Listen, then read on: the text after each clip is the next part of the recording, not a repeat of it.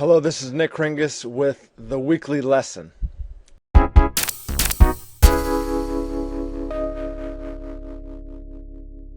Today I want to give a short presentation to you about SEO for the complete newbie. So this is for the person that's saying, I just got started with my first blog or website and I want to be more foundable in Google. What do I do?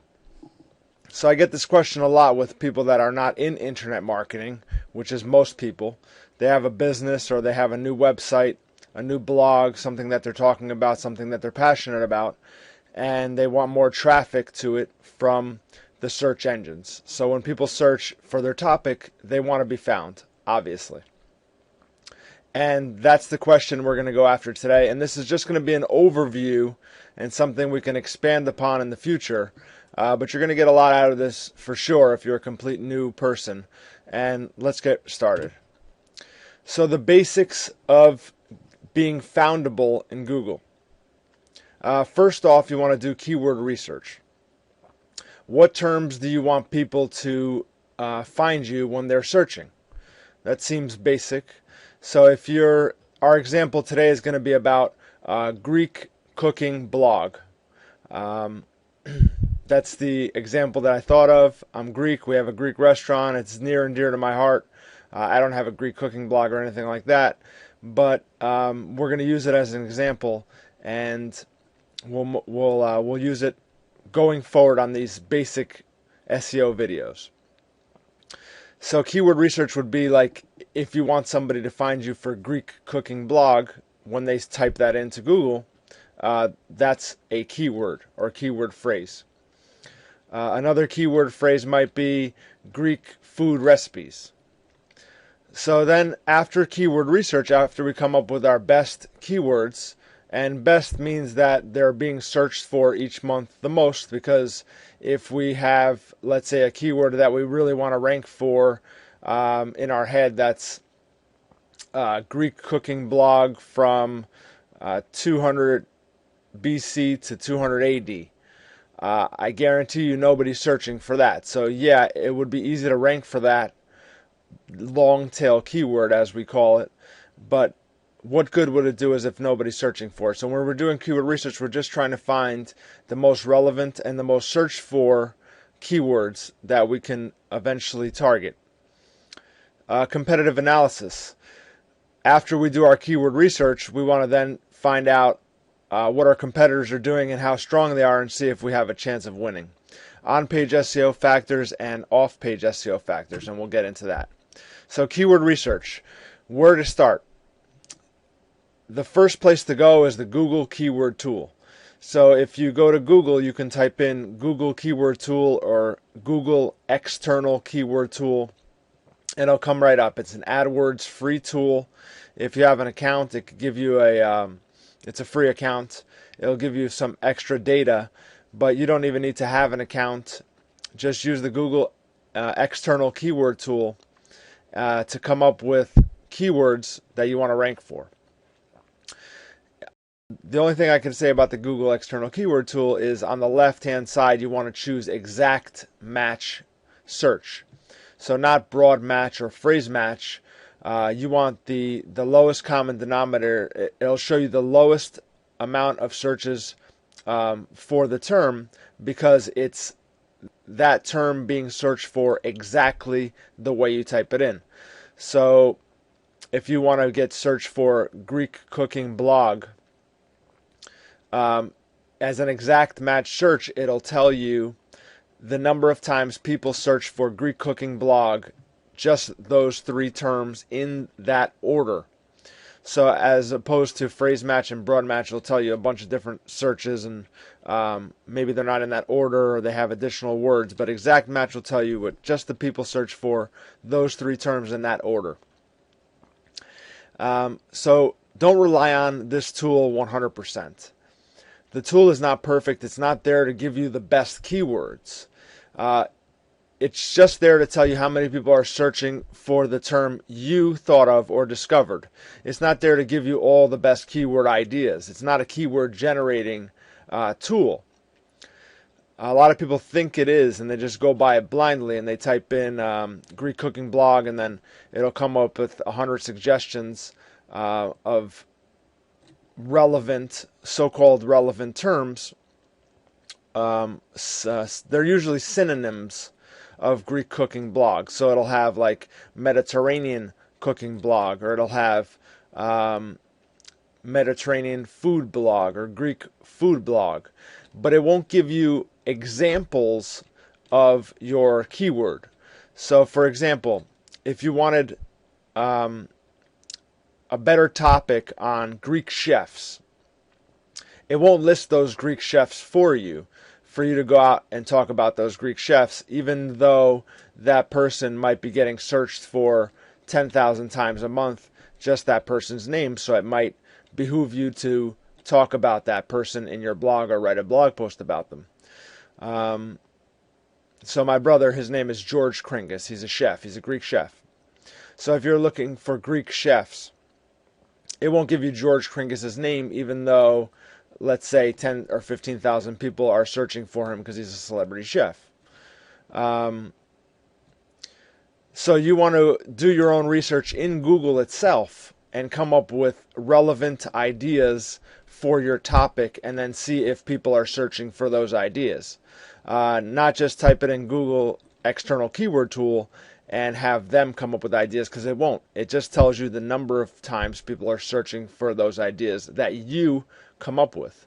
Don't be lazy on this. Come up with good keywords that your audience would want to hear about. So competitive analysis. After we do our keyword research, we then go into Google to see who's coming up on page 1, who are the top 10 competitors. And then we'll get into in future the basics videos about how to analyze competition with free and paid tools, and without tools. We could just look at to see if we have a chance of beating them. And when I say beating them and how strong the SEO competition is, it ties right into our next topic here, which is on-page factors. The 4 whys. We call them the 4 whys because in Market Samurai, which is a tool that you don't have to buy, it's a cool tool because it's paid only once. It's not a monthly recurring subscription or anything like that, and it gives you a lot of data on your competition. The SEO competition module, I think, is the best because it puts everything, all the data, all the metrics right in one place for you, right next to the URL that's being ranked for your term. So if you type in Greek cooking blog, it'll give you the top 10 people on page 1 of Google, and then it'll show you the 4 whys. And it'll say Y for yes or N for no if the keyword is found in the 4 on-page factors. And the 4 on-page factors are the title. So if you're using WordPress, the title of the blog post, it's very easy to create the title exactly how you'd want it. So if you're trying to rank for Greek cooking blog, these on-page factors for you or for anyone are just the ticket to get in the game.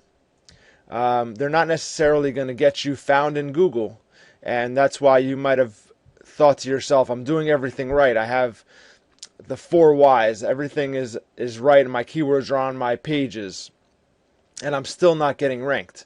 Well, because on-page factors are just the ticket to enter the arena, to compete. They're not going to win the game for you. They're just your ticket into the game. So the 4 whys are title, URL, which is your address, headings, which is a little bit of a back office thing, but it's easy to do. They're the H1 or H2 tags in your content. Okay, the description is meta description. So all this stuff is sounds complicated, but it's not, because if you're using WordPress and WordPress.org, not .com, WordPress.org is something that it's an open source software that you download and install onto your own website. It's not WordPress.com, which is a Web 2.0 site where you can create an account and type on their site. So you have like SEOspartan.wordpress.com. That's not what I'm talking about here, because those sites are not customizable. Those are Web 2.0 sites. And although they can be fine for SEO, we want more control, and we want to easily be able to change these things on the fly whenever we want to. And so that's why I choose WordPress. You can also choose things like Joomla, or have a static HTML site if you know how to what you're doing and how to edit that using things like Dreamweaver. So anyway, let's just say we're using WordPress, because everybody nowadays uses WordPress for blogging, and with themes and plugins, you really can have all the functionality of a real site just by plug and play. So anyway, back to the on-page factors. Like we said, they're title, URL, headings, H1 and H2 tags, and description. The description being the meta description. And a bonus is having the text, or your keywords, in the text, in the body of the article, the page. So, how do we get these on-page factors right? In our example, we're using Greek cooking blog. So for the title of the post, one page on your website, not the entire website. It doesn't have to be that way, because your inner pages of your site, your articles, your posts and your pages, they will be ranked they'll rank better than your homepage. So when I say your 10 best keywords, we're not going to rank the homepage for these keywords. We're going to try to rank one page per keyword.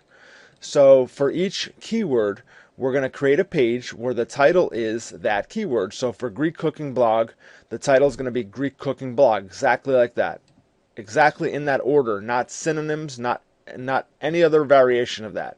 In the URL, we're going to set the permalink structure in WordPress to have the URL be the post name. So the title of the post being Greek cooking blog will automatically create the URL SEOspartan.com/Greek-cooking-blog. That's exactly how we want it. So that's in the URL. It's done. So the headings, sometimes it'll automatically do this, but in WordPress, let's say you type in Greek cooking blog in the first line. You want to highlight that, and you want to choose H1 or heading 1 tag. It's right in the editor. It's not very hard. It's like making it bold or underline or italicized. You highlight it and you choose H1 tag. Boom, you're done. So Greek cooking blogs now in our H1. Description. So this is a little bit harder. I like to use a plugin called All-in-One SEO Pack. And at the bottom of that, it'll have all these 4 factors right there for you to type in. And that plugin will override everything that you've just done. It just puts it all in one place for you. And you can also set the settings of the all-in-one SEO pack to have things come up by default. But the meta description at the bottom of the page, even if you don't have this plugin, it should say on the bottom of the page description, so you can type it in. And I want to see in the description. So the description, just so you know, when you look at a Google results page, a SERP, search engine results page, you'll see the description is shown right underneath the URL. So it'll have a result of Google, it'll have the title, the URL, and the description.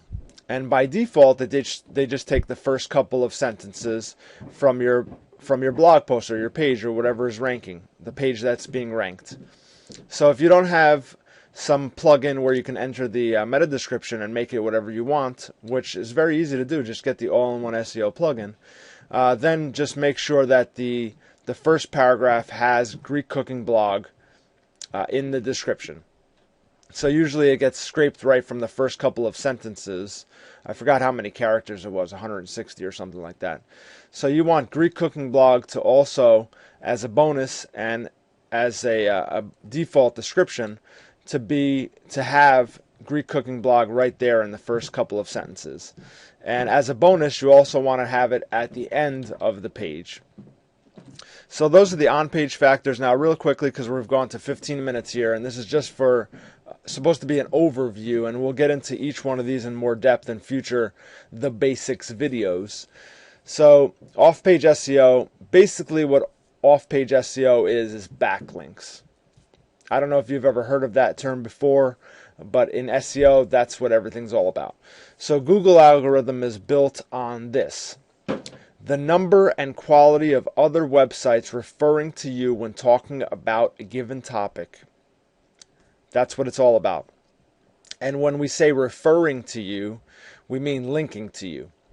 So they have a hyperlink, a link that usually comes up in blue and underlined. So if you click on it, it'll bring you over to another page. That's a link.